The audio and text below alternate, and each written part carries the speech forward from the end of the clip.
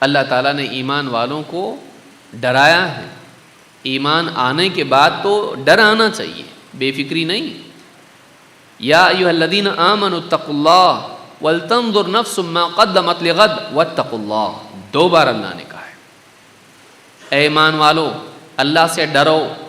تم میں سے ہر ایک دیکھ لیں کہ وہ اپنے کل کے لیے کیا آگے بھیج رہا ہے، کون سے اعمال آگے بھیج رہا ہے. واتقوا اللہ، اور اللہ سے ڈرو. ان اللہ خبیر بما تعملون، اللہ تعالیٰ کو خبر ہے جو کچھ تم کرتے ہو. اس ایک ٹکڑے میں 2 بار اللہ نے کہا واتقوا اللہ واتقوا اللہ. یا ایھا الذین آمنوا اتقوا اللہ، اللہ سے ڈرو. پھر آخر میں کہا اللہ سے ڈرو. ایمان والے کو اللہ سے ڈرنے والا ہونا چاہیے، بے فکرہ نہیں.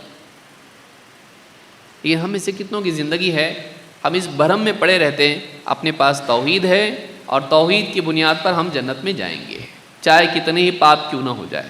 اور بعض احادیث اس باب میں ہمارے لیے آزمائش بن جاتی ہیں.